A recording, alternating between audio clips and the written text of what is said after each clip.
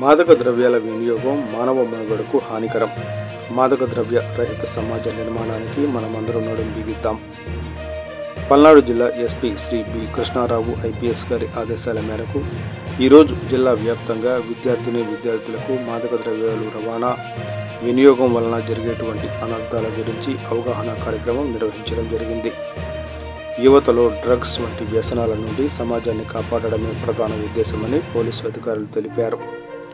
Police అధికారులు విద్యార్థులకు అవగాహన కల్పిస్తూ మాదక ద్రవ్యాల వంటి వ్యసనాలు వ్యక్తిగత ఆరోగ్యానికి మాత్రమే కాకుండా కుటుంబం, సమాజం, దేశం మొత్తానికి హానికరం అని ఆంధ్రప్రదేశ్ రాష్ట్ర ప్రభుత్వం యువత భవిష్యత్తును దృష్టిలో పెట్టుకొని వారు గంజాయి, మత్తు పదార్థాలు వంటి వాటికి లోను కాకుండా నివారించుటకు ఈగల్ వ్యవస్థను స్థాపించింది.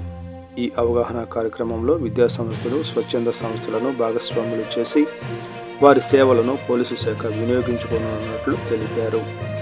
పాఠశాలలు, కళాశాలలలో విద్యార్థులు ప్రవర్తన, నడవడిక, చదువు తదితర అంశాలపై ఉపాధ్యాయులతో పాటు తల్లిదండ్రులు కూడా అవగాహన ఉండాలని సూచించారు.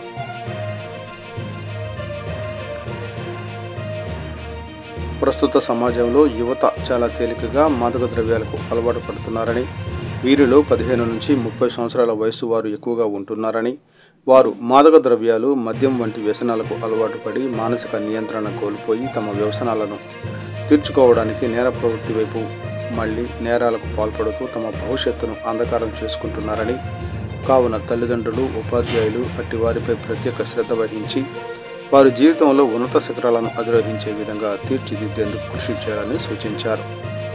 మాదక ద్రవ్యాల వినియోగం, రవాణా వలన చట్టపరమైన పరిణామాలను విద్యార్థులకు వివరించడం జరిగింది.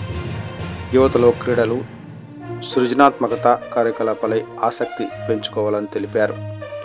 విద్యార్థులకు వారి పరిసరాలలో గంజాయి, మాదక ద్రవ్యాలను ఎవరైనా వినియోగించినా లేదా విక్రయించినా సదరు సమాచారాన్ని దగ్గరలోని పోలీసు వారికి కానీ 1972 టోల్ ఫ్రీ నెంబర్కు కానీ తెలియచేయాలని తెలిపారు.